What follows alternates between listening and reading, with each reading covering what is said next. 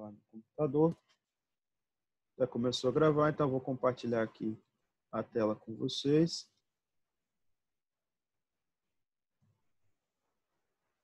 E aí agora voltou para a tela dos slides.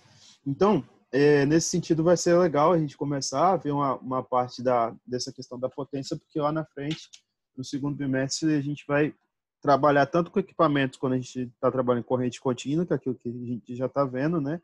Como equipamentos em corrente alternada. Então, em ambos os casos, a gente precisa de entender muito bem os conceitos e essa parte de potência de uma forma mais agregada. Então, falando nesse sentido, eu tenho aí, né, que o objetivo em si seria conseguir determinar que existem diferentes tipos de carga. Existem, de fato, aí cargas que são a maneira como eu vou operar com uma carga, ela vai ser decidida pelo tipo de carga que eu possuo. Então, se eu estiver trabalhando com cargas que são indutivas, eu vou estar fazendo de um jeito. Se eu estiver trabalhando com cargas que são capacitivas, eu posso influenciar a minha instalação com um outro princípio e tudo mais. E também, quando a gente está agregando essa questão de cargas, né, ou seja, equipamentos que dependem da energia elétrica para funcionar, a gente também tem que pensar sempre na proteção. Então, quando eu estou trabalhando com isso, eu falo aí do fator de potência, ou seja, como que essa carga vai influenciar a qualidade de energia da rede, né? Como que essa carga vai de fato funcionar quanto à introdução de novas ferramentas e tudo mais para a rede, e de forma análoga a gente conseguir determinar isso aí em prol da segurança também. Saindo disso, essa ligação serve justamente para resgatar o princípio que vocês já estão vendo, para a gente conseguir visualizar isso aí, né, com as cargas em si, e depois aí os medidores de energia, cálculo de energia e o trabalho que a gente vai ter nas próximas aulas que vão começar a fluir para esse sentido, né, de eu sair, largar a corrente alternada e chegar a trabalhar largar a corrente contínua e voltar, né, para o princípio aí de corrente alternada, de fato, na utilização da disciplina. Então, nesse primeiro momento, o que a gente precisa de ter em mente é que quando eu estou trabalhando com instalações elétricas, quando a gente começa a mexer com a aplicação, a prática disso tudo, eu vou ter duas frentes de análise. A primeira frente consiste na parte de potência, né, que é quando a gente trabalha aí com um sistema de geração, transmissão, distribuição de energia. Essa aqui é uma parte grande, né? Então, as instalações elétricas, de maneira geral, que compreendem essa área. E a segunda parte é quando a gente vai para a área de projetos, né? A parte de projetos, quando a gente vê a questão de interruptor simples, interruptor de múltipla seção, as tomadas, pontos de three-way, four-way. Então, essa parte a parte de instalação elétrica na prática, a gente vai começar a ver que tudo isso vai depender basicamente das cargas, né? Então, alguns pontos a gente vai eu vou apresentar para vocês como que é o funcionamento genérico desses tipos de projeto, mas não é o foco da disciplina.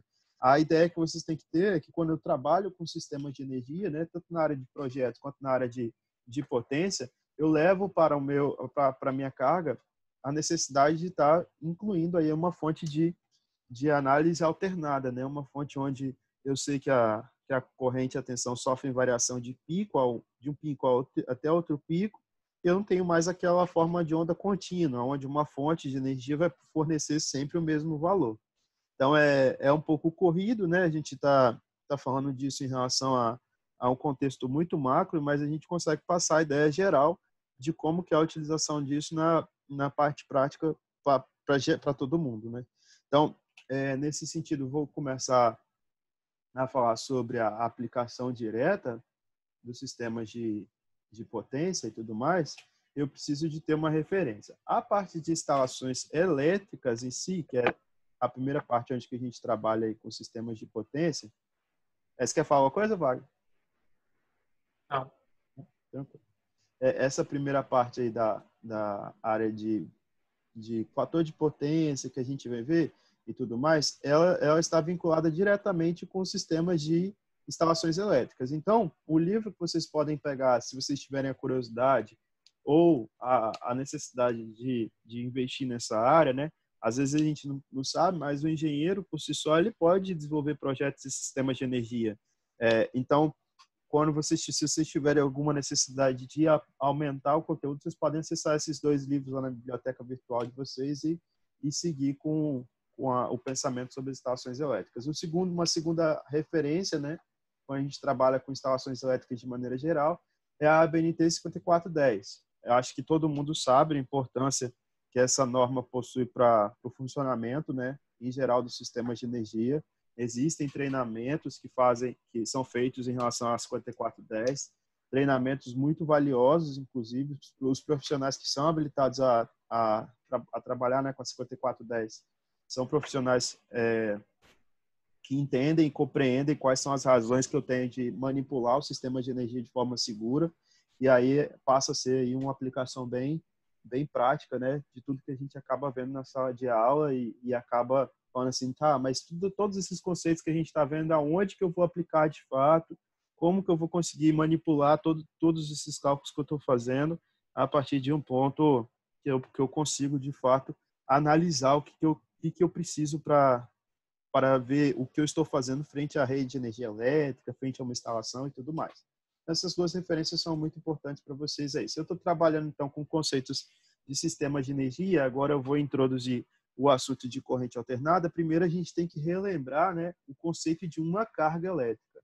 Uma carga elétrica ela pode ser proveniente de qualquer carga ou qualquer material que a gente tem aí, qualquer eletrodoméstico, qualquer situação que vocês precisem de fazer uma análise, eles consomem, né, eles precisam da utilização do fluxo de elétrons de uma carga elétrica para entrar em funcionamento. Então, a carga elétrica a gente já viu a da física 3, a gente já viu na sala, a gente já viu quando a gente estava trabalhando com sistemas e circuitos de corrente contínua, mas para esses equipamentos clássicos, por exemplo, o motor, ele vai utilizar uma carga elétrica de uma forma, a lâmpada vai utilizar essa carga elétrica de outra forma, o chuveiro também, o ar-condicionado também, o notebook também, cada um vai utilizar essa carga elétrica de uma maneira diferente. Então, dependendo da forma ou equipamento que eu possuo, eu vou estar trabalhando com uma carga para alimentar esse equipamento. Então, estou com uma carga elétrica, os conceitos que a gente já definiu em sala, e aí eu coloquei aqui justamente para poder também começar a fazer uma abordagem de resumo, né, sobre tudo que a gente já está vendo. Como essa semana,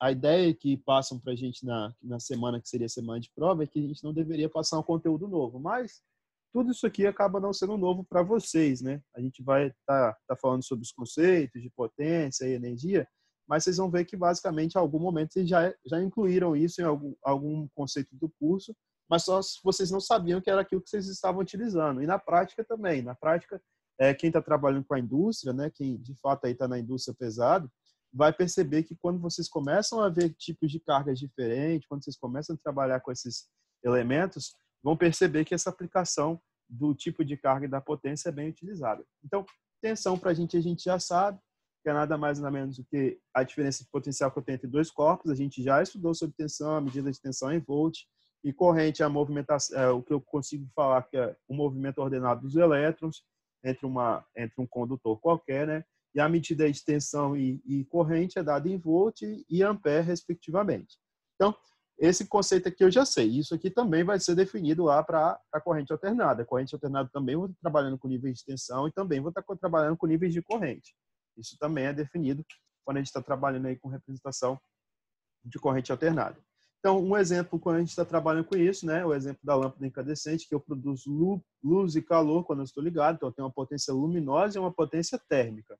Quando eu estou trabalhando com fluxo de carga, dependendo do material que eu submeto àquelas cargas elétricas, eu posso ter uma perda térmica, ou seja, o material ser aquecido com a passagem da corrente elétrica, ou eu dissipar aquela passagem do fluxo de elétrons de forma luminosa, né? Que é o caso que acontece com as lâmpadas, com os LEDs e qualquer outro material que possua aí a produção de energia luminosa, que a gente fala, a produção de luz, né? Então, a relação de tensão e corrente, quanto maior for a tensão, eu tenho um brilho ou aquecimento maior. Quanto menor a tensão, brilho aquece menos. Quanto tenho maior corrente, brilho aquece mais. Quanto menor corrente, brilho aquece menos. Isso para qualquer sentido, em qualquer nível de corrente, em qualquer nível de manipulação, seja corrente correntina ou corrente alternada, eu sei que se eu aumentar o fluxo de elétrons passando, o valor que eu vou ter para a produção de uma diferença de potencial vai ser maior. A gente já viu isso em sala de aula, já viu isso nos exercícios, né? Mas, basicamente, eu consigo determinar aí que isso aí pode ser válido para as aplicações que a gente trabalha no cotidiano.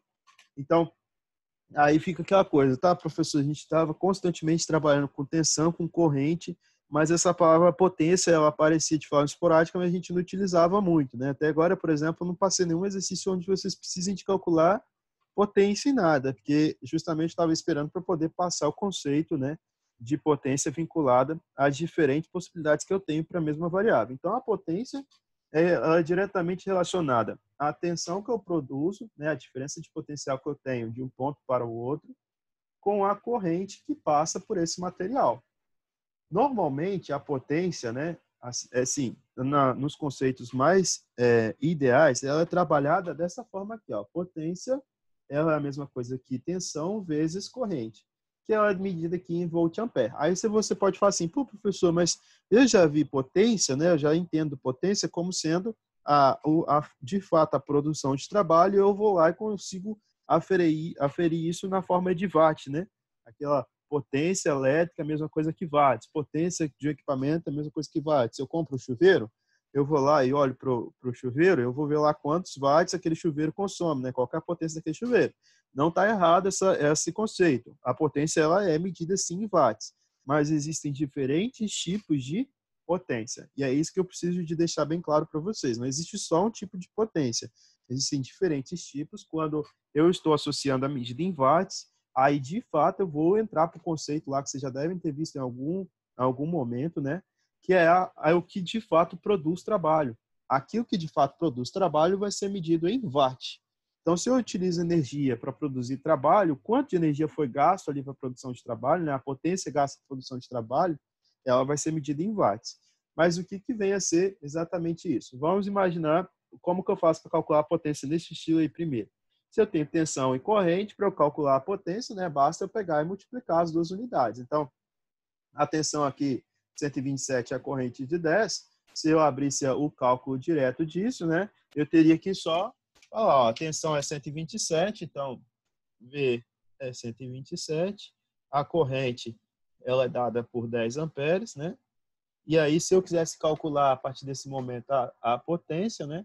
Aí, aquele conceito básico que a gente já viu, se eu tenho tensão e eu tenho corrente, se eu quero calcular a potência, vamos usar a notação tradicional que vocês já podem ter visto em algum lugar, potência vai ser igual a tensão, que é de 127, vezes o valor da corrente, que é de 10 amperes. Então, potência, que é 127 vezes 10 amperes, vai dar 1.270 watts. Esse aqui seria o conceito que a gente já trabalha com potência, né? O quanto eu estou dissipando de energia é justamente a tensão associada àquela produção vezes a corrente. Se eu altero, se eu tenho um valor de tensão ou de corrente, né? Se eu tenho aqui, ó, potência igual a U vezes I, se eu tiver aqui a potência que é de 1.270 e eu tiver ou a tensão ou a corrente, para achar a tensão nesse caso, basta eu pegar e fazer o processo inverso, né? Pegar o 1.270 e dividir para achar o valor da tensão. Então, em ambos os casos, quando a gente estiver trabalhando com isso... Ai, câmerazinha, por favor. Já tirei aquela questão do foco alto dela.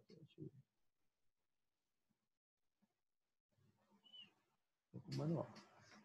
Quando a gente estiver trabalhando com esse sistema de energia, de fato, a gente vai precisar de voltar a esse conceito aqui de potência, de sistemas mais voltados aí para os cálculos que a gente vê naturalmente. Deixa eu voltar para os slides. Então, basicamente, se eu estiver trabalhando aqui com essa nova unidade que a gente chama de volt-ampere, vocês já façam a similaridade que esse volt-ampere vai ser reproduzido aí na forma de tensão, né? Vai estar associando aí a forma de tensão de alguma variável que eu preciso aí de calcular ou de fato determinar por meio dessas variáveis. Tá. Então eu tenho o conceito de potência, agora eu já sei que essa potência aqui é parecida com aquela potência que a gente já viu, mas agora eu preciso de saber, professor, o que seria dessa potência se a gente mudasse um pouco, né? Deixa eu mudar para cá. Aí pulou para baixo. Deixa eu subir isso aqui para... Cadê o mouse? O mouse se perde aqui.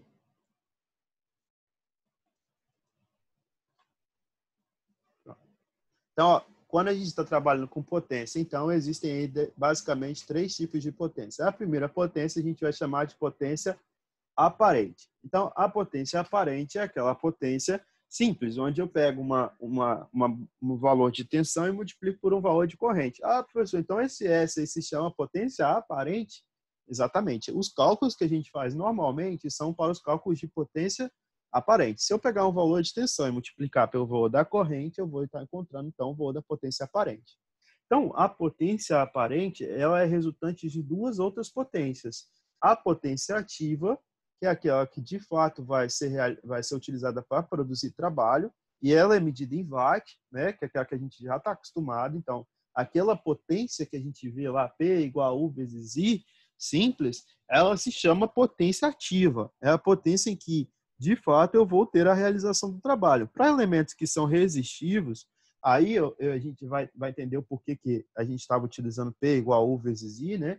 Para elementos que são resistivos, a potência aparente é igual à potência ativa, não existe potência reativa.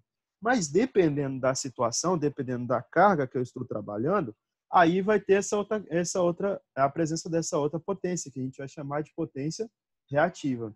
Então, olha, eu tenho uma potência que ela é utilizada para produzir trabalho. Qual que é esse valor? Qual que é o nome dessa potência? É a potência que a gente vai chamar de potência ativa, medida em watts. Agora, eu também tenho uma potência que se chama potência reativa. O que significa essa potência reativa? Existem equipamentos como os motores elétricos, algumas ferramentas que têm aí enrolamentos, né? Existem equipamentos que de fato possuem enrolamentos, campos, né, magnéticos que precisam de serem energizados para o funcionamento. Que quando eu vou, por exemplo, colocar um motor em funcionamento, o que eu vou gastar de energia para o motor entrar em funcionamento, ele não é simplesmente por completo convertido de fato em potência. Não é uma potência totalmente convertida para realizar o fluxo do motor lá, o trabalho que o motor realiza. Então, existem equipamentos, existem tipos de cargas que, dependendo da sua formação, eu vou gastar um pouco de energia para energizar os rolamentos, para produzir um campo magnético, principalmente aquelas cargas que possuem, né, indutores ali no seu componente. Então, depois que eu produzir esse campo magnético, eu vou, de fato, gerar a produção de trabalho. Então, a potência reativa é uma potência que é utilizada para a produção do campo magnético. Ela é uma potência que é descartável? Não. Existem equipamentos que só funcionam, né, se eu tiver aí fornecendo uma potência reativa para a rede, se eu estiver trabalhando aí com a indução desse campo magnético. Existem equipamentos que precisam desse tipo de elemento. Já viram aquele sentido lá, aquele quando a gente está trabalhando com lâmpadas, que a gente vê aquele reator, aquele nome de reator? Então, aquilo ali é uma forma que eu tenho, né, de fato, de estar trabalhando com a indução de uma energia reativa. Então, algumas coisas que eu possuo, alguns tipos de equipamentos, eles necessitam dessa energia reativa. Todos os equipamentos que são formados aí por motores, né, motores para geração de energia, vamos dizer que vocês estejam num processo produtivo que vocês têm uma máquina que possui uma turbina, alguma coisa assim, tudo mais, aquilo ali ele vai ter que ser energizado por um fluxo de corrente, né? Toda vez que você estiver trabalhando com motor elétrico, você vai ter essa componente reativa, né, sendo fornecida para a rede. Então, determinadas circunstâncias, eu não tenho a presença só de uma energia que, de fato, vai produzir trabalho, vai ser utilizada para a realização de trabalho. Eu tenho uma energia que ela é gasta para a criação de um campo magnético, que se chama energia ou a potência reativa, né? Não energia, potência reativa. Então, trabalhando nesse sentido, eu tenho dois tipos de potência. A potência que é utilizada para consumir, para realizar trabalho, e a potência que é utilizada para produzir energia. Para a galera aí que gosta de tomar cerveja, né, e não está podendo por causa da quarentena, vamos imaginar esse copo de chopp aí do lado, né? Eu estou trabalhando com esse copo de chopp e eu sei, porventura, que se eu compro lá um copão de chopp desse, não está podendo, né, Adão? Mas vamos pensar que esse aqui é o que a gente pode hoje. Se eu compro um copo de chopp desse, ele vem com a componente da espuma, né? Não vai existir o chopp sem a espuma. Então, essa parte da espuma aí é uma parte do processo que eu tenho para ser construída aí como chopp. Agora, o que de fato vai ajudar a gente a produzir a energia não é a espuma, é o quê?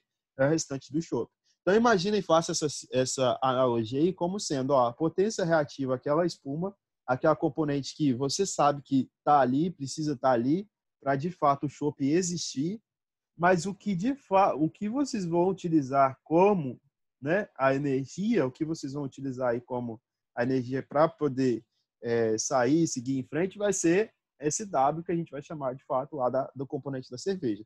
Existem situações que se eu pedir, né, se eu como consumidor pedir um chopp e essa espuma vier até ao fundo aqui, eu não vou ficar muito feliz. Isso se compara também à geração de energia, né? A utilização desses sistemas por potência. Se eu estou trabalhando com a questão de energia e a minha potência reativa é muito grande, eu vou estar utilizando pouca energia para consumir trabalho, para produzir trabalho. Então, eu posso estar gastando mais dinheiro, posso estar, né, de fato, investindo mais aí para poder ter um fluxo de energia, mas depois parte desse valor não está sendo utilizado para mover, para poder ser utilizado aí como produção de energia, e sim para alimentar o seu sistema, né? Mas não vai deixar de ser uma energia útil. Então, essa componente reativa da potência, ela é necessária para alguns equipamentos, mas ela não é utilizada para a produção de trabalho. Toda a energia utilizada, né, a potência utilizada para a produção de trabalho, ela é justamente essa partezinha aqui determinada como a potência ativa. Então, eu tenho potência ativa, que está aqui, tenho potência reativa, que é justamente essa componente, e eu tenho a potência, que a gente vai chamar de potência aparente. Equipamentos que não possuem, né, no seu funcionamento, enrolamentos, né, que formam indutores, equipamentos que não precisam da energia reativa, vocês vão perceber que esse valor aqui da potência ativa vai ser somado, vai ser completa aqui, né? Não vou ter nenhuma espuma, e aí, de fato, eu vou estar com toda a potência utilizada para ser produzido em forma de trabalho, né? Para ser consumido em forma de trabalho. Então, existem situações que a própria potência aparente, que é essa potência VA, é igual à potência ativa. Se a gente está pensando no chuveiro, por exemplo, o chuveiro é uma carga resistiva. O chuveiro, toda a energia que eu vou gastar no chuveiro, ela é convertida, né, para a produção de trabalho. A potência ela é convertida para a produção de trabalho. Então, de fato, quando eu estou trabalhando com cargas que são resistivas, eu não vou ter a componente que a gente vai chamar de componente reativa. Essa componente, né, reativa, ela pode assumir valores que são positivos ou negativos. Valores onde a energia reativa é considerada como negativo, o triângulo de potência vai ser dado para baixo. Então, ó, a potência aparente ela é dada como a soma vetorial dessas duas outras potências. Eu tenho aqui potência aparente sendo igual à potência ativa mais a potência reativa. Então, eu vou lá e faço a junção aqui desses dois pontos, né? Do ponto de início aqui com o ponto final, como se fosse uma soma vetorial normal. Então, nesse conceito, eu consigo definir o que vai ser potência aparente, o que vem a ser potência ativa e o que vem a ser potência reativa.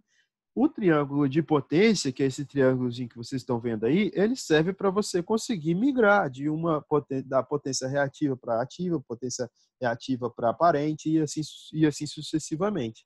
Então, desenhar esse triângulo de potência é eu conhecer como que a carga funciona, qual é o consumo de energia que de fato ela tem e como essa carga vai se comportar em relação a essas três frentes, potência ativa, reativa e aparente. Existem situações onde a potência ativa e a reativa são iguais, e aí vocês vão ver que esse vetor de cima vai ser igual ao vetor de baixo e não vai ter diferença. Quando isso acontecer, é porque a gente não vai ter a potência reativa aí na rede. Tá, aí você fala, tudo bem, professor, eu compreendo isso, mas eu não sei como que eu faço para calcular. E aí, por definição de soma de vetores aí, né, se eu estiver trabalhando com esses três vetores, para encontrar uma das duas, eu posso imaginar que isso é um triângulo normal, né?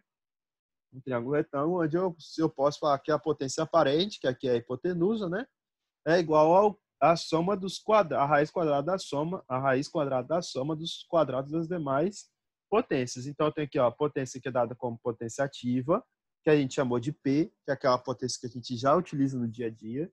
Tem aqui a potência reativa, que agora vai ser chamada de Q. E para eu achar a potência aparente, que é a potência total, ela vai ser formada pela P ao quadrado mais Q ao quadrado, e depois você vai lá e tira a raiz dessas duas componentes. Potência elétrica, então, que é a minha potência S, é igual à raiz quadrada da soma das outras duas potências, que é a potência ativa e a potência reativa. Nos casos onde a potência ativa e a potência aparente são iguais, é justamente quando Q é igual a zero. Se Q aqui é igual a zero, ó, S vai ser a raiz de P ao quadrado. Então, S é a raiz de P ao quadrado, raiz quadrada de P ao quadrado é P, então S é igual a P.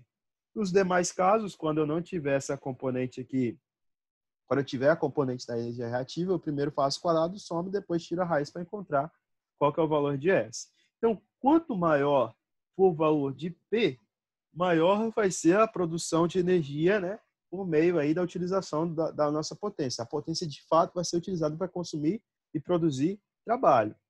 O desejável para as cargas que a gente tenha é que eu, de fato, consiga aumentar esse valor de P. Quanto maior for o valor de Q, mais eu estou gastando em energia e menos eu estou tendo retorno na forma de trabalho. Ou seja, parte é como se a gente faça assim, né? Ó, quanto maior for a espuma, mais você está pagando pelo chopp e você tá recebendo menos cerveja do que aquilo que você deveria de fato utilizar. O Douglas foi, né, melhor exemplo, nunca mais vou esquecer. Eu acho também, é o melhor exemplo, é até bom para a gente ver, assim, né, já que a gente não pode juntar aí para poder fazer um churrasco da turma, né? Mas quem sabe quando acabar essa turbulência, a gente pega aí, junta todo mundo e não faz a comprovação desse negócio de potência ativa e reativa na prática, né? Então, com relação a isso, então eu consigo trabalhar aí com essas três frentes, né? Ó, eu tenho a potência reativa, a potência aparente, a potência reativa, aparente e ativa.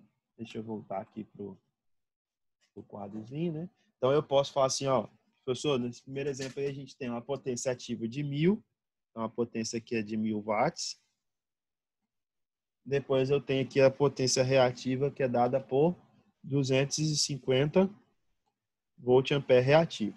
Então, ó, nessa letra aí, se eu precisar de calcular a potência aparente, para calcular a potência aparente nesse caso, vai bastar eu abrir aqui e falar, ó, se eu tenho potência igual a 1000 watts e a potência reativa igual a 250, para eu encontrar esse valor aqui, eu preciso de desenhar primeiro o triângulo de potência. Como que é o triângulo de potência? O triângulo de potência é um triângulo assim, né?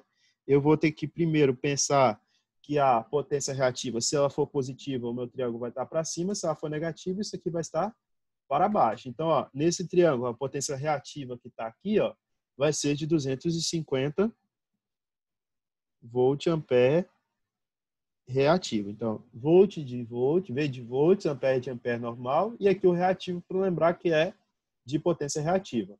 E a potência aqui normal, que é a potência ativa, que é dada em watts, né? Ela é sempre essa potência que está aqui, ó, 1000 watts. Então, eu tenho a potência de 1000 watts que está aqui, tem a potência reativa que está aqui, eu preciso de encontrar qual que é a potência aparente. Para calcular a potência aparente, o que eu faço? S é igual a raiz, aí eu vou ter que calcular, jogar, né, a raiz quadrada para poder achar esse valor de S. S vai ser igual, vou colocar aqui embaixo para não misturar. S vai ser igual a raiz quadrada de 1000 ao quadrado mais 250 ao quadrado. Portanto, S vai ser igual. Você pega a sua calculadora, joga lá 1000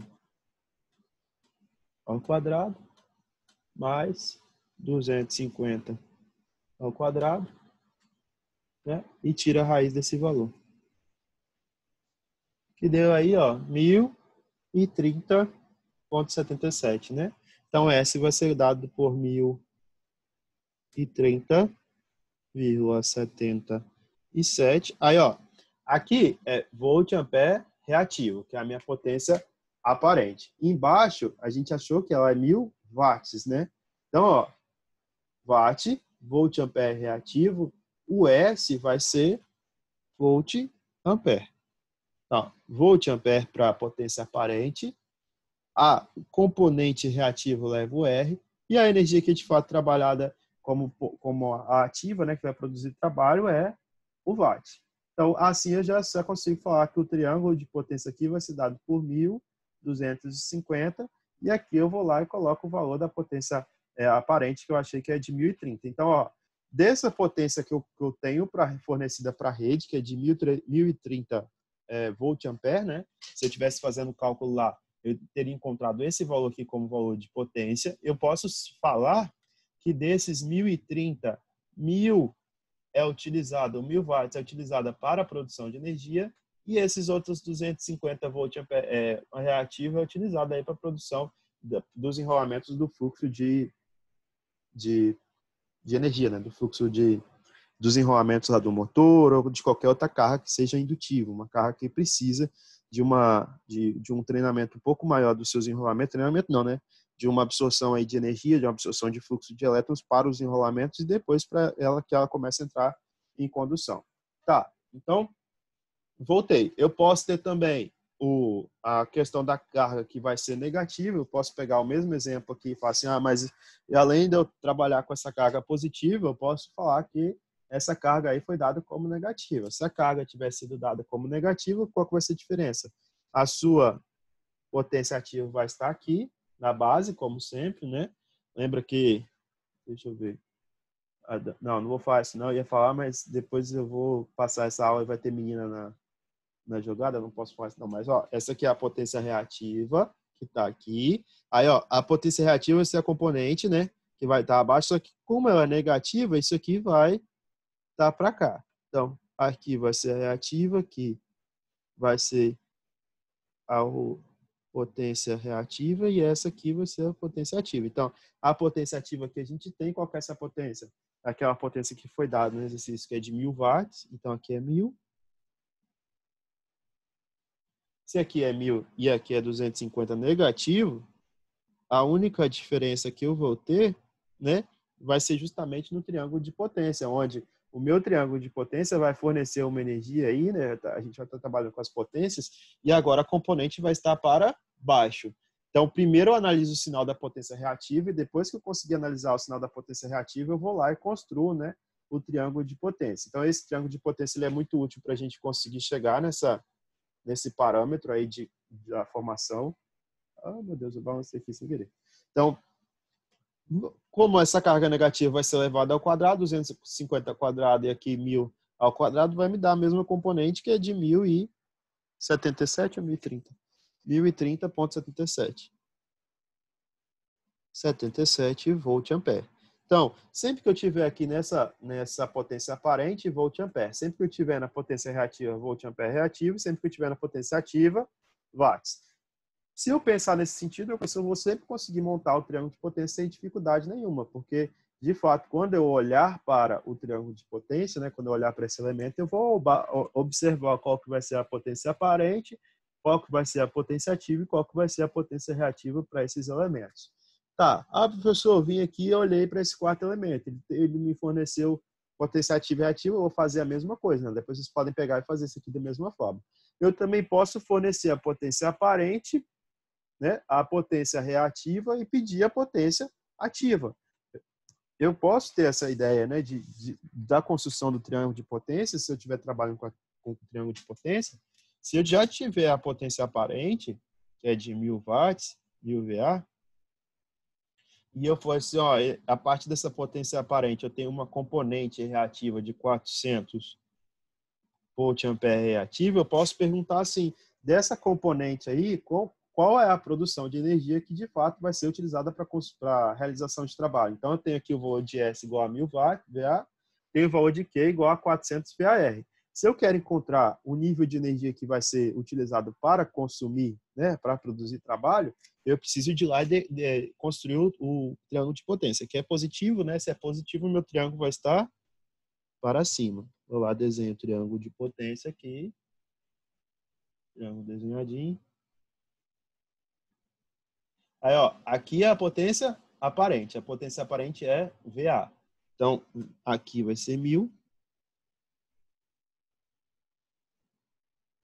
Aqui vai ser 400. O que eu quero achar agora, diferente de antes, é o meu P. Para achar esse valor de P, o que eu faço? Eu sei que S é igual a raiz quadrada, né, de P ao quadrado mais Q ao quadrado. Professor, mas para poder achar, eu não posso fazer a volta? Pode, você pode falar que isso aqui é a mesma coisa, né? Faz a volta lá para o Pitágoras natural. Falar que S ao quadrado é igual a P ao quadrado mais Q ao quadrado, né? Se eu voltar à raiz. Então, S eu já tenho, 1000 ao quadrado é igual ao P ao quadrado, que é o que eu quero, mais o Q ao quadrado, que é 400 ao quadrado. Então, o P ao quadrado vai ser a mesma coisa que 1000. P ao quadrado vai ser a mesma coisa que 1000, menos 400 ao quadrado. Quando eu fizer essa continha, vem aqui e joga na calculadora, né? 1000 ao quadrado menos 400 ao quadrado, eu vou encontrar aí, ó, 84.000. Então, P ao quadrado vai ser os próprios 840.000. 840.000. Se eu tiro a raiz disso, a raiz quadrada disso aqui vai me fornecer 916,51. Então, a potência que de fato vai ser utilizada para a produção de trabalho vai ser dada como 916,51 watts.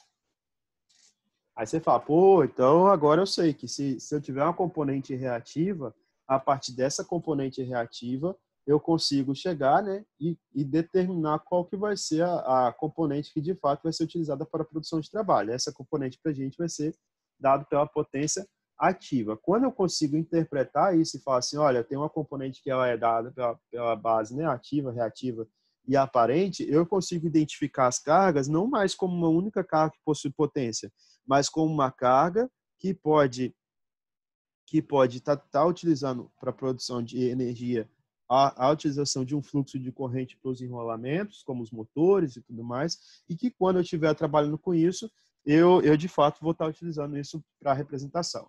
O Juliano perguntou, professor, o sinal negativo não entra na fórmula? Ele entra na fórmula, mas como o elemento ali está negativo e o valor é ao quadrado, né?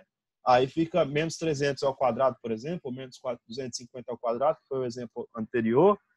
Aí, quando eu substituo o valor negativo ao quadrado, qualquer número, né, elevado ao quadrado sempre é positivo, por isso que fica positivo. A diferença que a gente fez aqui é que o número não estava negativo. O que estava negativo era só a troca, né? Deixa eu ver o mínimo aqui. Qual poderia ser as 10? O menino falou que não está conseguindo entrar aqui no privado. Foi com ele que eu vou gravar a aula e passar depois para vocês.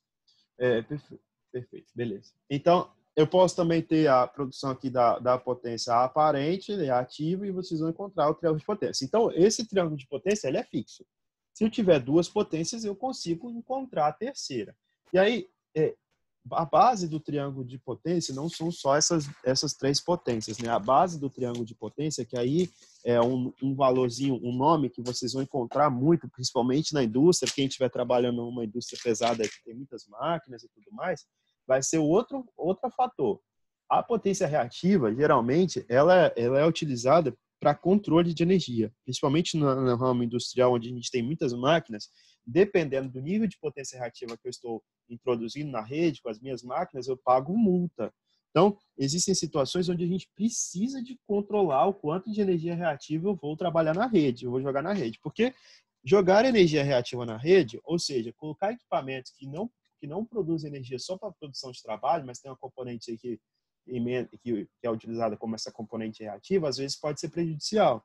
Então, quando a gente está trabalhando com isso, eu tenho que ter o controle de quanto de potência reativa, de fato, eu estou introduzindo na minha rede, eu estou trabalhando com esses equipamentos. Eu não posso simplesmente chegar hoje, ligar, pegar aqui minha casa e falar assim, minha casa vai ser um polo industrial. E aí eu venho aqui e coloco lá 50 motores sem avisar para a concessionária, por exemplo, que eu estou introduzindo esse tipo de elemento na minha casa. Por quê? Porque eu sei que o tratamento que eu vou ter para esse tipo de carga, que consome energia para a alimentação dos enrolamentos, não é um comportamento de uma carga natural. Não é o comportamento, por exemplo, de eu ligar uma lâmpada, de eu ligar um chuveiro, de eu ligar uma geladeira. Não é.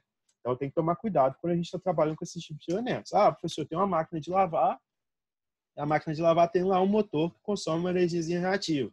É uma problemática? Não. Dependendo do equipamento, isso não vai ser de larga escala. Mas se tiver um motor muito potente, alguma coisa assim, a gente já começa a ficar preocupado com a quantidade de motor que você está utilizando.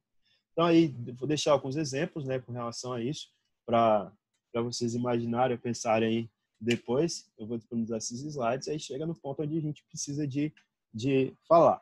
Se eu estou trabalhando com um triângulo, né, e eu falo que cada lado desse triângulo pode ser determinado como uma potência, uma forma de eu controlar essas potências vai ser chamada de fator de potência. O fator de potência, que é aquela medida muito utilizada e muito conhecida por todo mundo, mesmo que você não conheça de elétrica, né? Às vezes você pode ter escutado esse nomezinho, fator de potência. Em algum momento vocês devem ter escutado isso, fator de potência. Tá, professor, eu já escutei o nome fator de potência, eu já vi que o fator de potência na rede é utilizado para isso, para aquilo, mas o que significa esse fator de potência? O fator de potência nada mais, nada menos, significa que justamente eu pegar a potência que eu possuo, que é a potência ativa, certo? E depois dividir essa potência ativa pela minha potência aparente. Lembra lá quando você estava utilizando, estudando máquinas ou alguma coisa assim que tem aquela variável de eficiência, onde você divide o quanto de energia que qual que é a eficiência da energia da máquina, né? O quanto que ela trabalha, de fato, para o quanto que ela tem de perda mais o trabalho. Então, aqui para a potência é a mesma coisa. Ó. A potência ativa não é aquela que vai produzir trabalho. Só que eu já vi que potência não é só potência ativa, ela tem uma componente reativa. E a soma da potência ativa mais a reativa dá a potência aparente. Se eu pegar essa potência ativa e dividir pela potência aparente, eu vou achar o que a gente chama de fator de potência, ou a mesma coisa, né? Que o cosseno do ângulo entre essas duas potências, e quanto maior for o fator de potência, né? O fator de potência máximo que eu vou ter, se a gente fosse olhar para o cosseno, qual que é o pico do cosseno? Quando o cosseno vale 1, né? Então, quanto maior for o fator de potência, maior a minha carga vai estar utilizando toda a potência para produzir trabalho. Qual que seria a possibilidade máxima de eu produzir trabalho, então, aqui? Quando a potência ativa, P, for igual à potência aparente, e aí P dividido P, né? Se P é 1.000 e a potência aparente também é 1.000, 1.000 dividido por 1.000 dá 1. Então, quando toda a minha energia, quando toda a minha potência é utilizada para a produção de trabalho, ou seja, não existe o componente reativo, o cosseno de φ, né, o cosseno de φ ou o fator de potência vai ser dado como 1. Se vocês pegarem e abaixarem aí e colocar assim, ó, fator de potência dos equipamentos eletrônicos, vocês vão achar uma tabelinha e aí vocês vão conseguir determinar quanto desses elementos possuem aí componentes que levam à produção de energia ativa e quantos vão ser utilizados para a produção de energia reativa. E isso é importante para a gente conseguir compreender, né, que as nossas cargas elas não utilizam 100% do fluxo de energia para a produção de trabalho. Então, se eu coloco aqui, deixa eu ver se vai aqui, fator de potência, tabela, equipamentos. Deixa eu ver aqui. Não. Deixa eu ver se eu tenho uma tabelinha aqui bonitinha para mostrar para vocês. Mas depois vocês passam a olhar isso, vocês vão ver que, de fato, é muito legal quando você consegue compreender, né?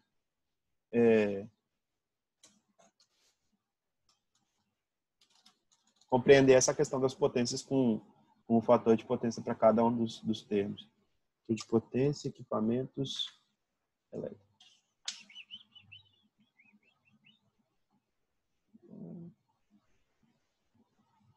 Aqui eu só estou encontrando, mas achei aqui um motor da WEG, por exemplo. Ó, deixa eu ver se aqui vai abrir para vocês. Eu abri aqui aqui, ó, o motor de indução. Aí esse motor de indução é o motor de indução gaiola, né? Aí tem aqui as especificações do motor, nível de funcionamento desse motor 220, 380 ou 440. Esses níveis aqui que a gente está vendo, de tensão, eles vão variar na forma como eu alimento o motor. Se eu alimento ele em estrela, se eu coloco a alimentação dele em estrela, triângulo, eu consigo trabalhar com alternâncias aqui de tensão e de corrente. Então tem aqui o nível de rotação dado em RPM, né? Eu tenho aqui que é 1780 RPM. E aí aqui eu tenho o valor da potência normal dele, de funcionamento, e aqui eu venho aqui, ó, com o fator de potência, tá vendo? FP. FP é dado como 0,87. Então, para utilizar esse equipamento aqui da WEG, esse motor da WEG, eu estou falando que 0,87 vai ser o fator de potência e eu consigo criar uma relação de quanta energia que esse motor vai utilizar para produzir trabalho e para, de fato, gerar a alimentação dos enrolamentos. E aí, isso é legal, porque quanto menor for esse fator de potência, menos eficiente o meu motor vai ser, né? Menos eficiente eu vou ter, mais e mais eu vou ter que estar trabalhando com esses elementos. Então, deixa eu ver aqui se esse aqui já traz também o dado de fator de potência. Não. Não. Então, a gente consegue alimentar isso, verificar isso nesses rótulos aqui dos próprios, né, motores e tudo mais. Você sempre vai encontrar as informações, dependendo da análise que você esteja fazendo, você consegue encontrar essas informações de fator de potência. Mas, basicamente, quando eu não consigo encontrar, você consegue determinar isso pela energia que está sendo consumida da rede. Então, para os casos onde a gente vai estar trabalhando com fator de potência ou qualquer outra análise que eu precise de fazer investigação, de base de como que funciona e tudo mais, eu preciso de entender que esse fator de potência, essa análise que eu vou estar trazendo para a minha rede, ele consiste nada mais nada menos do que uma análise para o consumo de energia. Dependendo da forma como eu faço, eu vou ter a consumo mais apropriado ou menos apropriado para a produção de energia ou para a produção da determinação de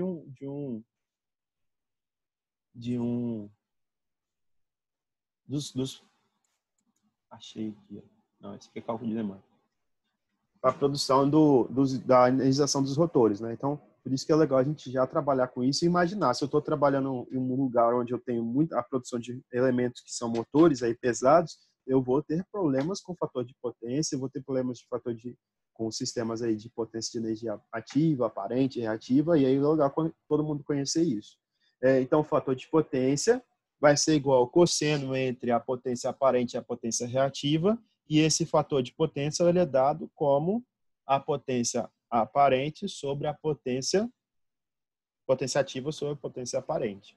Então, sempre quando vocês verem esse nome, né, fator de potência, cosseno de fio, vocês já lembrem que isso está associado ao quanto de energia o material gasta, ou quanto de potência o material gasta, sobre o quanto que de fato ele produz. Então, no melhor caso, eu tenho sempre o fator de potência igual a 1, e isso vai significar, né, que toda a energia que está sendo utilizada, ela é de fato utilizada, de fato implementada na geração de energia, na produção de trabalho.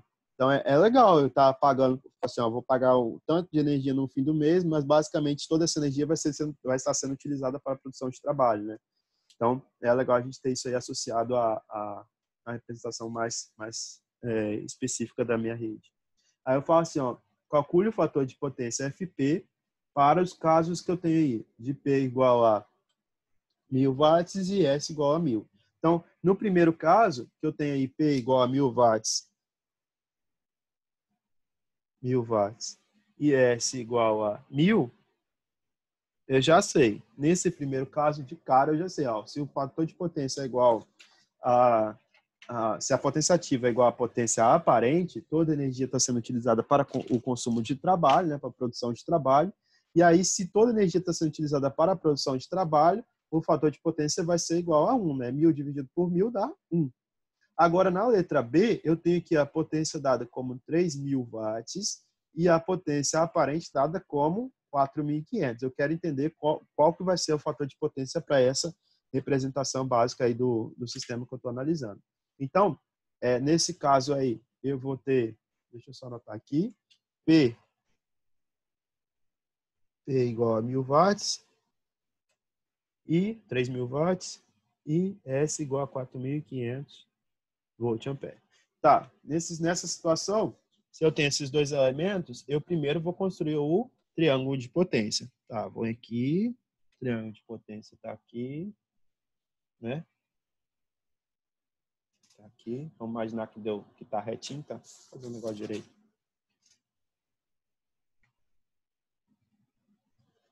Aqui.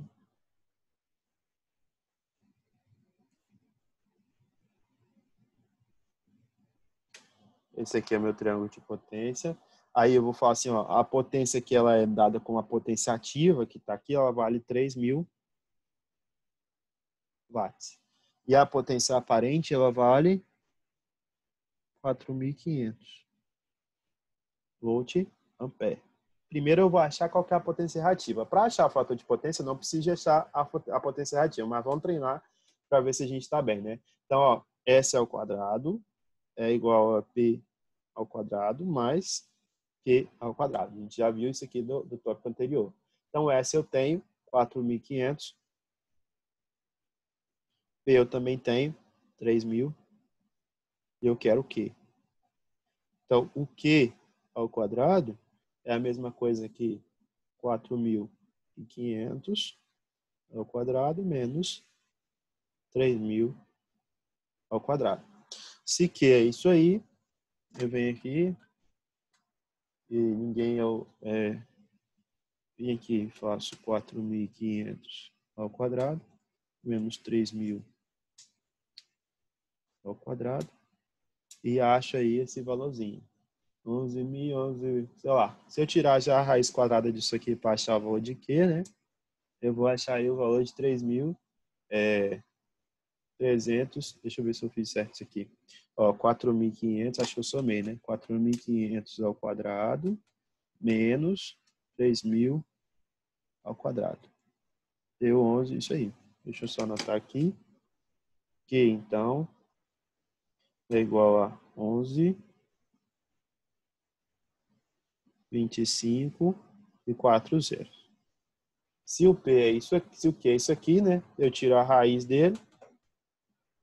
A raiz quadrada disso aqui vai me fornecer aí, ó, 3.354,10. Esse valorzinho aqui, ó, tá bem grandinho, ó, 3.354,10. Acabei tocando na câmera aqui sem querer. Esse valor aqui, ó, ele é medido em quê? Volt, ampere, reativo. Sempre lembra, ó, aparente, volt, ampere, reativa, lembra do R, né? Volt, ampere, reativo. E a ativa, você lembra do watt, que aí vai ser o próprio 3.000 que a gente colocou aqui. Então, eu tenho esse triângulozinho de potência aí. Para eu encontrar esse valor aqui, que é de φ, que é justamente o meu fator de potência, né? Então, esse valor φ é a mesma coisa, né? O que é o fator de potência? O fator de potência, ele é igual ao cosseno de φ, que vai ser dado como a potência que eu tenho, que é a própria potência ativa. Deixa ele focar aqui, me ajuda, câmera. Potência ativa que foi dada aqui como sendo 3.000, dividido pela potência aparente que está sendo dada como 4.500. Então tá, fiz o cálculo desse cosseno de φ igual a 3.000 dividido por 4.500.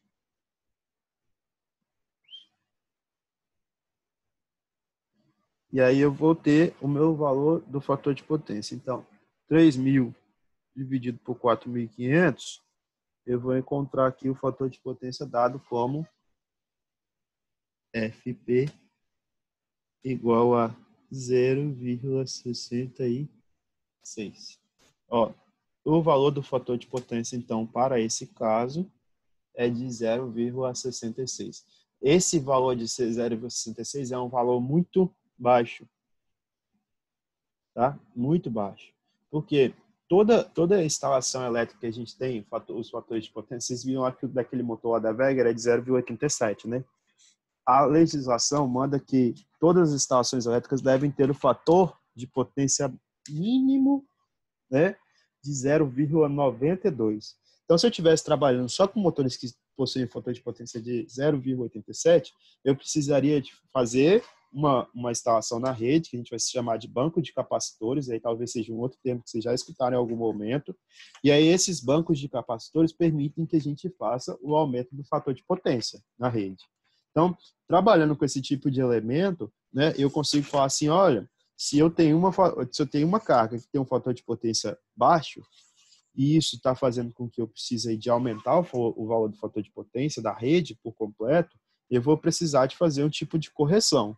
basicamente, quando a gente trabalha com sistemas aí de energia que dependem do fator de potência para análise, vocês vão reparar que esse controle do fator de potência é dado pelo valor final dele. Se a sua instalação no total tem um fator de potência menor do que 0,92, eu preciso de fazer com que eu precise de aumentar isso por meio de uma correção. E aí, corrigir isso, você de fato utilizando aí um banco de capacitores básicos para a gente fazer a análise. Beleza? Enquanto? Sim, não, talvez.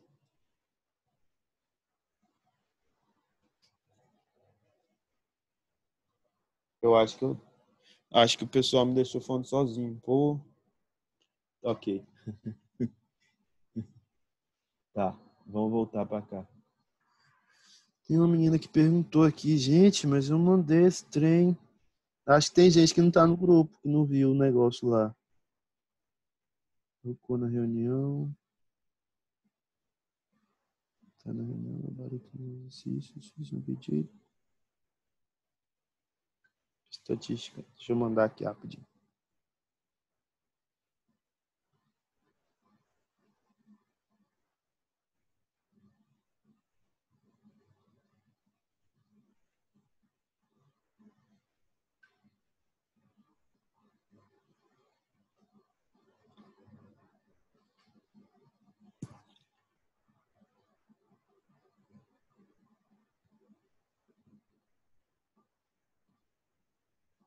Pronto. Então, com relação a isso, a gente já entende esse tipo de representação aí de fator de potência e o cosseno do φ, né? Que é a mesma coisa que a gente sempre vai estar trabalhando quando a gente estiver trabalhando com esses elementos de potência ativa, reativa e aparente. Então, se eu já entendo o que é cada uma dessas potências, eu entendo a relação entre elas. Nesse sentido, eu tenho aqui elementos de cargas que são cargas resistivas. Esses elementos de cargas resistivas possuem o fator de potência que é dado como 1. Cargas indutivas possuem o fator de potência que é representado aí como 0 até 1. Cargas capacitivas de 0 até 1 também. Então, dependendo da aplicação, se eu tiver um motor, se eu tiver um capacitor, se eu tiver uma geladeira, né, um conjunto desses elementos, aí eu vou ter a diferença entre esses tipos de carga e, de fato, eu vou precisar de analisar.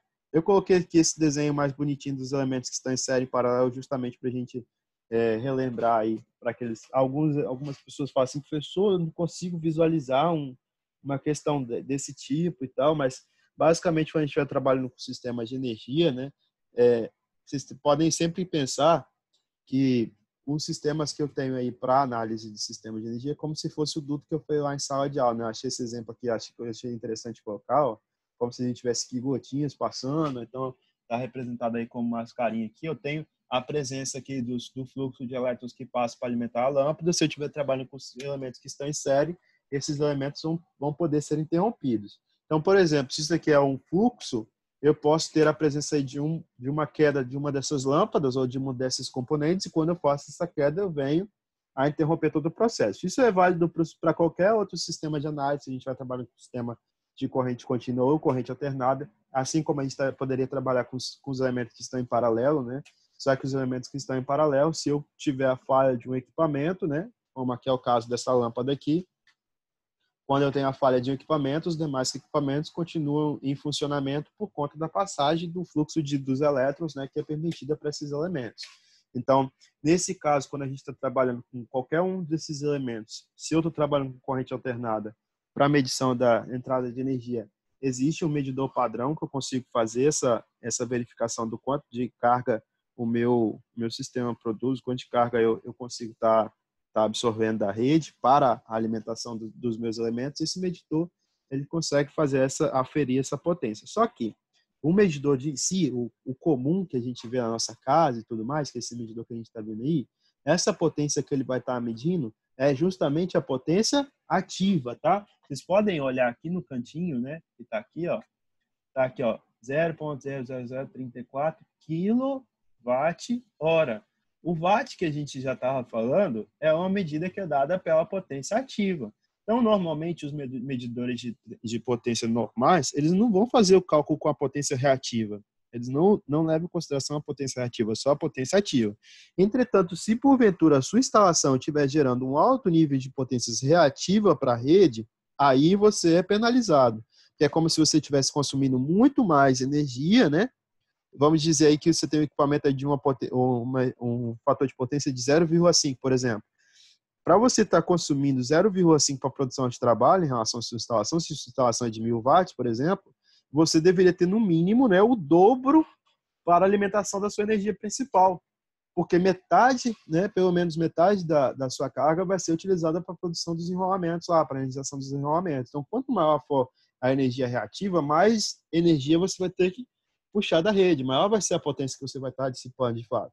Só que essa potência não é cobrada de você, né, a potência reativa. Entretanto, apesar dela não ser cobrada, se for verificado que o fator de potência da sua instalação for menor do que 0,92, aí é passível de você tomar uma multa. Isso é principalmente verificado nas grandes indústrias, né? As grandes indústrias, elas fazem o controle do fator de potência, porque se for de fato comprovado que elas estão consumindo mais energia reativa do que energia, mais do que o 0,92, se a instalação ali tiver essa média aí maior do que menor do que 0,92, quer dizer que a concessionária está fornecendo mais energia, muito mais energia, e você está pagando por um valor muito inferior por conta dessas questões aí dos sistemas das reativas. Tirando isso, existe também uma grande componente negativa com relação a isso, né? A produção de potência reativa para a rede indica que você está incluindo elementos dos enrolamentos, você tem correntes que são parasitas, você tem outros componentes que podem prejudicar a qualidade de energia quando você está com uma componente reativa muito extensa. Então, o consumo de energia que eu tenho para a representação é sempre dado aí como a potência que eu consumo vezes o tempo que o meu equipamento fica ligado em horas, e aí esse tempo, normalmente, ele é dado como quilowatt-hora. Então, se eu encontro essa medida de quilowatt-hora, por exemplo, na minha conta de energia, eu sempre vou ter esse valor aí, de quilowatt-hora. Esse cálculo representado foi o quanto de potência ativa, e lembra que agora do quão importante foi eu conseguir fazer essa analogia de potência ativa e reativa, né? O quanto de energia ativa a minha rede produz, né? Que é dada aqui em watts. Então, a minha rede, se ela produz 1.000 watts, vai ser a potência que está aqui. O quanto de energia que de fato tem para aquela utilização, vezes o tempo que aquele equipamento ou o conjunto de equipamentos ficaram ligados. E aí, quando a gente tem isso, a gente vai lá no final e divide por 1.000 para ter a unidade em K. Então, o consumo de energia ele é sempre medido em K, né? Quilowatt-hora. E aí, quando eu estou trabalhando com isso, a gente vai lá e consegue determinar o consumo de fato de energia. Então, professor, qual que é a diferença de energia para potência? Energia e potência, elas possuem a mesma relação quanto à aferição do meu elemento, né? Tanto a energia quanto a potência, elas trabalham aí com consumo de energia elétrica, né? Quando a gente está trabalhando com isso, então, a potência é dada em watts, o tempo que ela permanece ligada é dado em horas. Se eu pego a potência, multiplico pelo tempo e divido por 100, aí eu encontro, né, qual que é a minha representação do cálculo do consumo de energia. Então, o consumo de energia para a gente, falei da unidade energia, eu vou lembrar de quê? Eu vou lembrar de tempo e vou lembrar de potência. Potência, a unidade ela só vai ser medida em watts, quando a gente estiver trabalhando com potência ativa, volt-ampere quando estiver trabalhando com potência aparente, e volt-ampere reativo quando estiver trabalhando com potência reativa. A energia, se vocês fazem energia, aí você já está incluindo a quantidade de horas que você está analisando para o equipamento. O resto é a mesma coisa.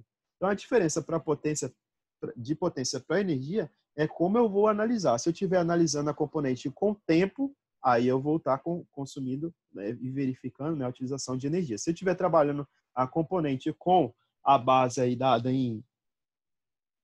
de fato aí só apenas por potência, aí eu vou trabalhando com esses elementos dados aí a representação de fluxo de energia, e eu vou ter que trabalhar com essas horas aí desses componentes.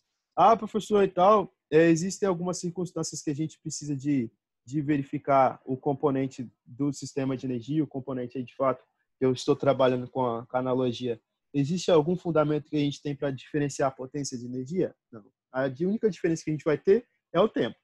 Tá bom? Então, se vocês começarem a ficar ligados nisso, né? Se você pegar lá a potência do chuveiro da sua casa, olhar lá em cima as características da potência do chuveiro, vocês vão ver que o cálculo que você vai fazer para o pagamento disso vai ser a potência total, que é dada em watts, né, do chuveiro, vezes o tempo que ele permanece ligado. Aí ele fica lá 5 horas ligado, você vai multiplicar lá por 5, e aí você vai, no final, multiplicar pelo valor que a concessionária cobra do quilowatt-hora. Então, a concessionária cobra lá 0,64 centavos por quilowatt-hora, aí é só multiplicar que você vai ter o valor final pago da energia. Aí lembra, ó, essa energia é watts. A energia reativa não está sendo incluída aqui. Só que a energia que a gente tem de base, a energia total que a gente tem para um circuito qualquer, ó, a gente falou, a energia total é calculada em quê? Em volt-ampere. Então, o que eu pago para a concessionária de energia é só um valor que eu tenho de watts. Essa componente VAR eu não pago. Ela existe, mas ela não é paga. Tá? Ela fica como uma componente parasita lá. Se eu aumento muito isso, a concessionária passa a perceber, porque a carga vai ser maior e você vai estar pagando menos, e aí você é penalizado por isso.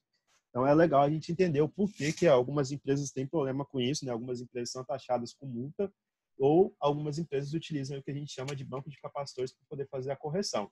Então, o banco de capacitores é uma segunda medida aí que a gente vai ver nas próximas aulas, né? Para poder trabalhar com esses componentes.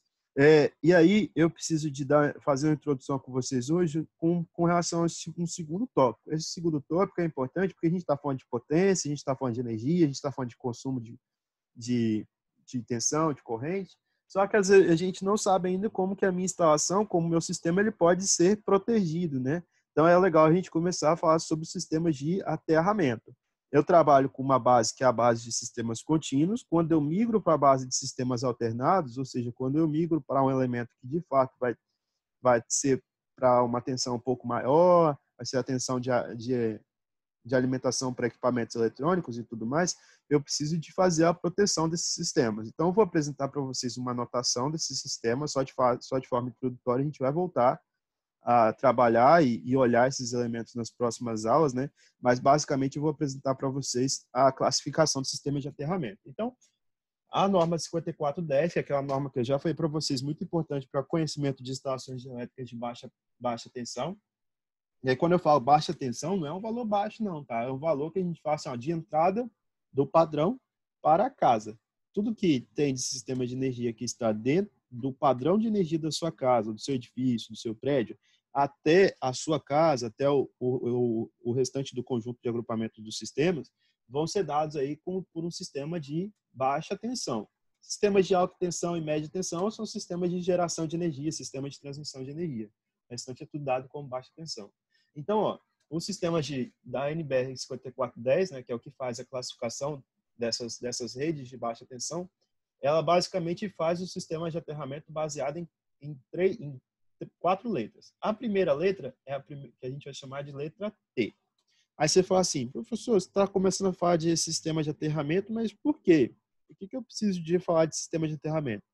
Os sistemas de aterramento são maneiras que eu faço, né, que eu implemento para poder proteger a minha carga, que são os equipamentos que eu estou ligando no meu ponto de energia, proteger a minha carga de possíveis surtos de corrente, surtos de tensão, elementos aí que podem ser danificados, e quando eu estou trabalhando com isso, eu preciso de fazer uma alimentação do aterramento, ou seja, preciso de implementar um nível de segurança da minha instalação. Eu não posso deixar isso totalmente exposto, porque se eu tiver uma variação, se cai, por exemplo, um raio, vai que cai um raio, vai que cai uma variação brusca de corrente da rede, eu posso danificar os meus equipamentos na minha casa. Então, eu preciso de ter ou uma alimentação de proteção, né, uma proteção na entrada da minha casa, ou uma proteção individual dentro da minha casa.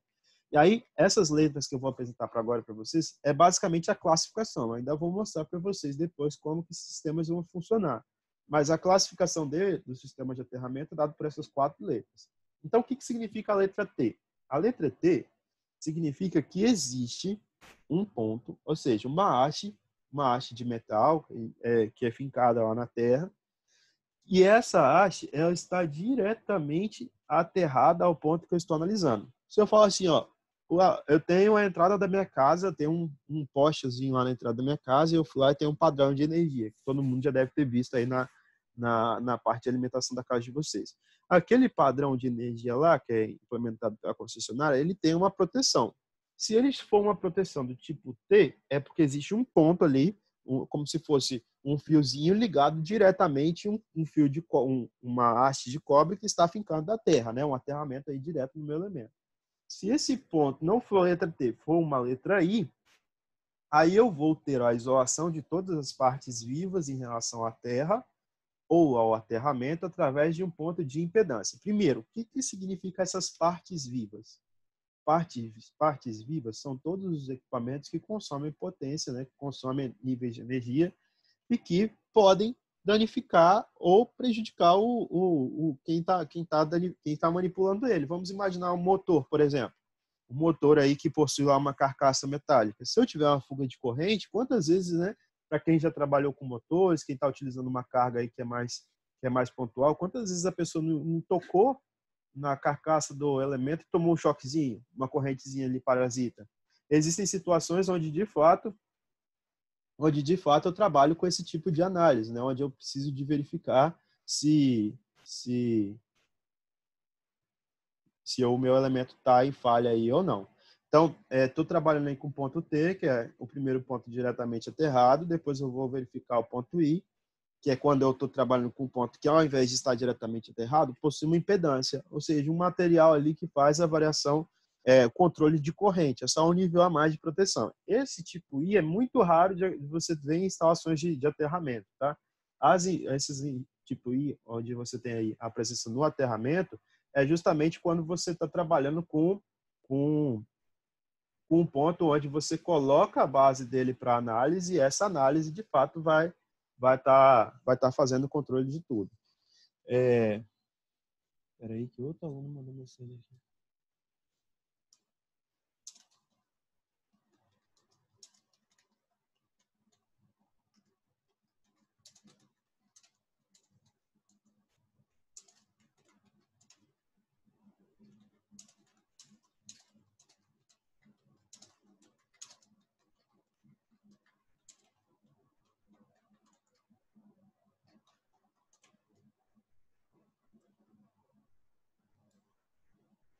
Tá. Então, aí tem essa representação aí dada pelas duas letras T ou I. E aí tem uma segunda letra que a gente pode ter, terceira letra, né? Que se chama aí, ó, para a segunda letra do aterramento, que pode ser T ou N. T, olha o que quer dizer T. As massas diretamente aterradas, independente do aterramento principal. E a N, massas ligadas diretamente ao ponto de alimentação, aterrado. Então, o aterramento, quando a gente está trabalhando no sistema de aterramento, eles vão ser definidos aí em 4 letras, né? Essas 4 letras vão, de fato, determinar qual que é a base que eu vou estar trabalhando com os meus aterramentos. Então, o esquema T, ele vai me trazer aí a representação de um ponto que possui a alimentação de entrada, aquela lá do poste de entrada da representação com ponto diretamente aterrado, e o T depois ele vai falar o seguinte: todos os seus motores, todos os seus equipamentos que estão dentro da sua casa, eles também são diretamente aterrados. Então, nesse sentido, eu consigo falar assim, ó, como que está a alimentação da sua casa e como que está a alimentação de dentro da alimentação da entrada dessa casa e como que está a alimentação de dentro da sua casa. Ela está toda protegida? Como que é a situação de proteção desses elementos? Então, eu vou especificar basicamente isso para vocês, tá? Eu só estou passando porque depois eu vou reproduzir esse material para vocês, aí vocês podem fazer uma leitura para poder entender melhor. Vamos especificar um exemplo de aterramento aqui e depois eu volto para poder tocar nisso nas próximas aulas. Imagina essa seguinte situação aí, ó. Eu tenho um ponto T, N. O que significaria um aterramento TN? Primeiro vamos ler esse diagrama unifilar aqui para entendimento de todos. L1, L2, L3, esses 3 pontos aqui, ó, são aquelas 3 fases que vêm da rua, aquelas fases que vocês verificam lá que estão entrando, ou podem estar entrando nessa casa, podem estar fazendo analogia lá do ponto de entrada aí de fato. Então, L1, L2, L3 são os pontos que vocês vão ter aí de fases dentro da sua casa. Da onde que vem esse ponto? Vem lá da rede de energia. Então, tem aqui o aterramento, o ponto principal, que seria como se fosse a entrada da casa de vocês, né? O postezinho lá de entrada da casa de vocês, que tem um medidor e tem tudo. E aí tá falando o seguinte, ó, essa entrada aqui, ela está diretamente aterrada. O símbolo do aterramento é dado por esse elemento aqui. Então, a entrada da casa de vocês vai estar protegida, ela tem um aterramento. Se der qualquer pane na entrada aqui, o fluxo de energia não vai seguir para cá, ele vai seguir para onde? Para cá, para o terra. Então, você está protegendo a sua instalação de entrada. Esse ato de eu estar aterrando a entrada é dado pelo T. E o que vai falar a letra T? Eu pego o ponto neutro, que é aquele elemento lá da minha casa, que vai estar fornecendo fluxo de energia e tudo mais, fechando o circuito, e jogo no terra. Então, esse elemento aqui ele está diretamente aterrado na minha entrada. E depois o N, N, massas ligadas ao neutro. Então, eu pego todos os meus elementos aqui, as minhas cargas, que podem ser motores ligados por 3 fases, né? Já fala assim, motor trifásico é o motor que ele possui como alimentação as 3 fases. Então, esse motor aqui, ele está utilizando L1, L2, L3, que são 3 fases de energia da minha indústria, da minha operação qualquer. Então, eu tenho um motor que ele está ligado nas 3 fases, é um motor trifásico. Ele tem um equipamento de proteção, que é dado aqui por PE, a proteção dele. Aonde que a proteção está ligada? A proteção ela está ligada aqui na entrada. Então, se de fato acontecer alguma coisa com essa carga, com esse motor, o fluxo de energia, né, a dissipação da corrente vai se voltar para a alimentação de entrada. Então, a proteção dessa carga ela está justamente na entrada. E aí o esquema de aterramento vai ser chamado de TN. Todas as cargas estão ligadas na proteção principal, né, na alimentação de entrada, que é esse caso onde a gente está trabalhando com TN. Então, TNC, o que quer dizer isso? Lembra aqui, TNS? TNS só quer dizer que eu tenho um fio para ser chamado de neutro, tá vendo aqui um fio que está sendo chamado de neutro? E um fio para ser chamado de proteção. É apenas uma forma de instalação. Então, neutro existe, proteção existe. TNC, lembra do TNS, lembra do S como separado. Neutro e proteção são separados. Agora eu vou avançar um pouquinho. Professor, pode falar. Eu não consegui entender qual que é a função desse proteção aí. Você já não tem o neutro, que seria o terra, já protegendo? Não, então, o neutro, normalmente, ele pode funcionar como uma proteção também. Ele está na terra, ele tá no terra aterrado. Só que existem situações que você precisa do neutro não como elemento. Às vezes você não precisa de alimentar aquela ferramenta. Lá vamos dizer o seguinte, que eu estou com equipamentos que são bifásicos, né? E aí eu tenho equipamento lá que ele leva fase, e ao invés de eu jogar o neutro, eu só jogo uma proteção. Quero dividir o circuito em 2. Então, às vezes, eu posso ter 2 condutores, um eu vou chamar de neutro e o outro eu vou chamar de proteção, os outros, e eles estão ligados no terra. O entendimento que você teve, professor, por que eu tenho os dois? É justamente cabível porque os dois estão ligados aqui no terra. Então, eles poderiam funcionar da mesma forma? Poderiam, mas o esquema TNS, esse esquema de aterramento, se vocês verem alguma coisa assim, lá na minha empresa eles trabalham com o esquema de aterramento TNS. O que vai querer dizer isso? Que vai ter um fio para o neutro e um fio para proteção. S de separado. Neutro e proteção, elas são separadas. São dois... É como se fosse um sistema de redundância? É parecido, mas aqui vai ser... pode ter equipamentos que são alimentados com neutro, pode ter equipamentos que são alimentados com a proteção. Entendeu? Beleza. A redundância, os dois teriam que ser alimentados com os dois, entendeu? Tá, mas aí você falou assim, mas às vezes eu posso utilizar o neutro como proteção. Sim, se você estiver trabalhando no TNC, lembra que de conjunto, o neutro e a proteção são o mesmo fio, e aí a gente chama esse elemento de PEN. A proteção e o neutro são o mesmo fio.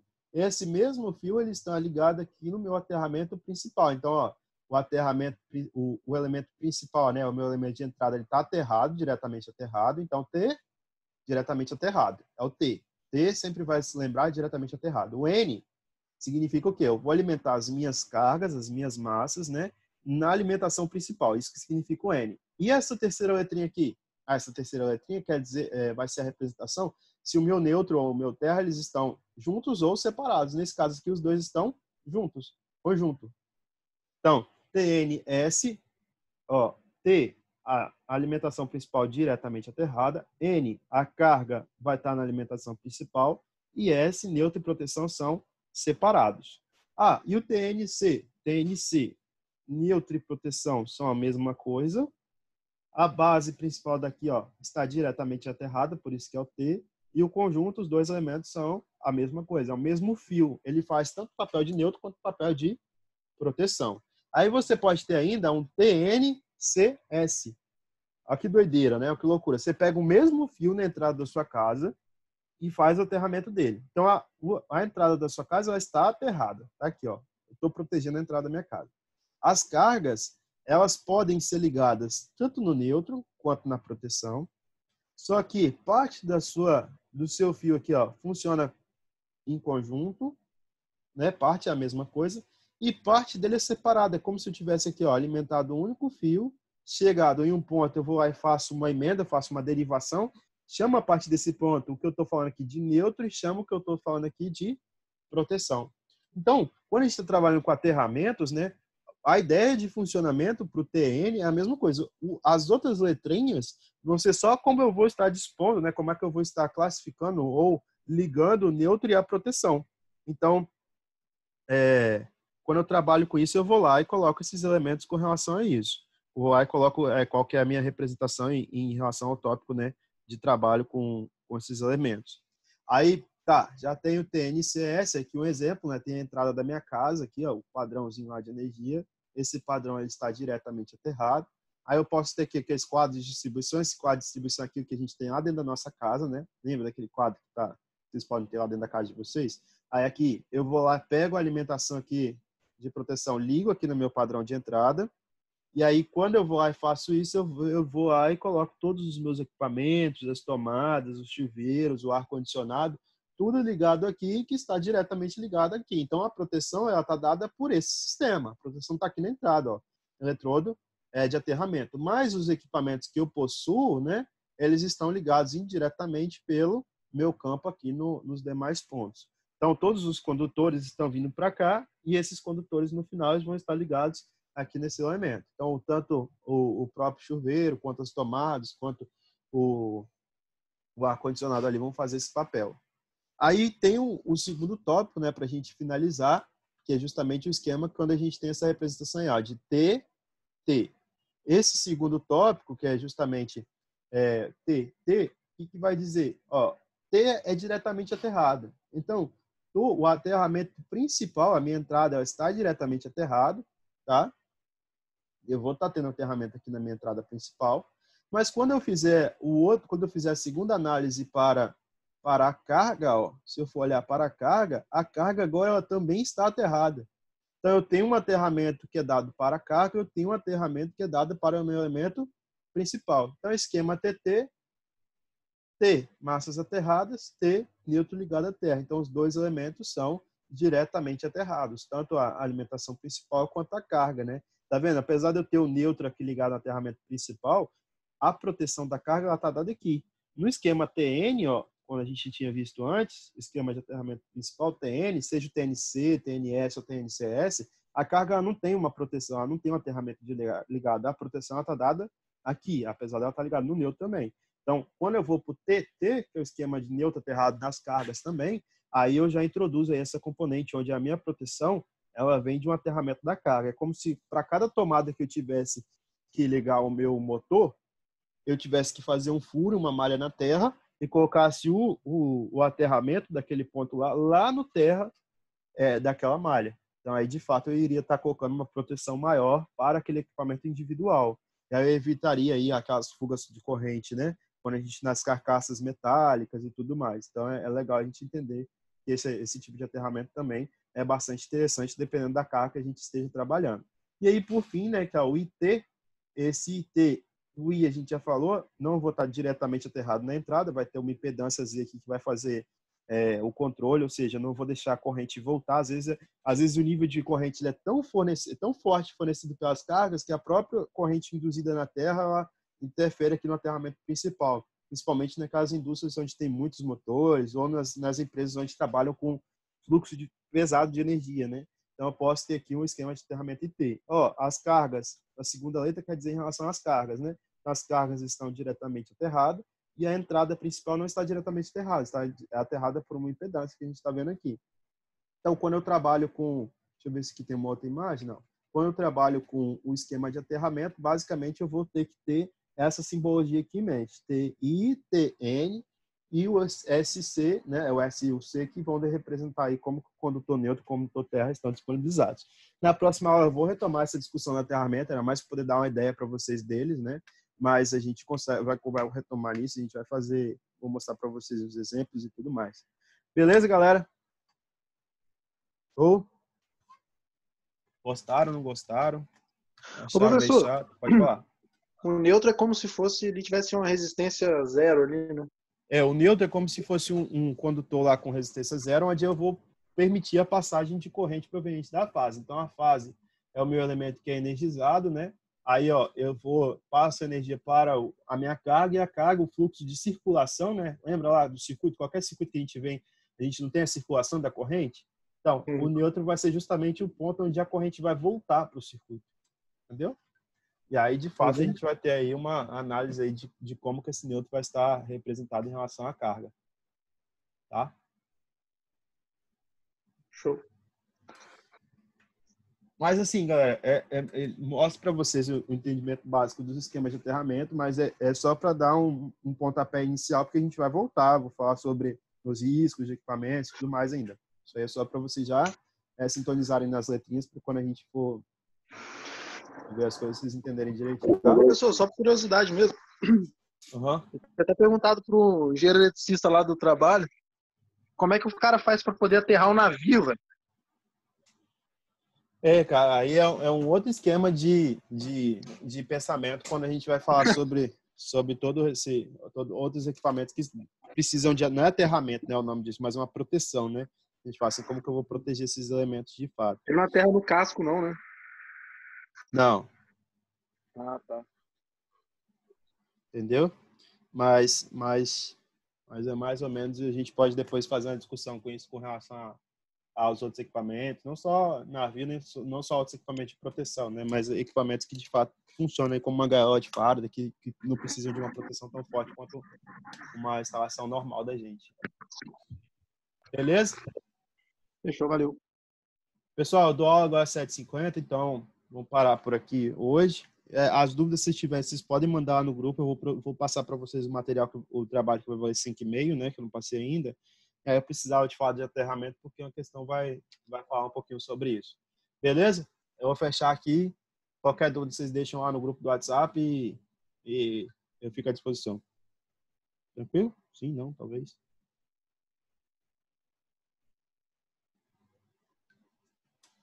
Então, beleza, o Roberto está entrando agora. Oi, Roberto, a gente já está acabando aqui. Tá bom? Valeu, pessoal, abração. Ninguém fala. Valeu aí. Vou perguntar sobre umas questões. Tá, pode perguntar lá no grupo, tá bom? Eu tô saindo agora que eu dou aula agora para elétrica, 7h50 às 10, então eu já tô até atrasado aqui. Manda lá no grupo, ou então lá no privado, no WhatsApp, que eu respondo. Quem precisar de ajuda aí depois. Beleza, galera? Valeu, boa noite aí a todos. Qualquer coisa eu tô aqui à disposição. Abração.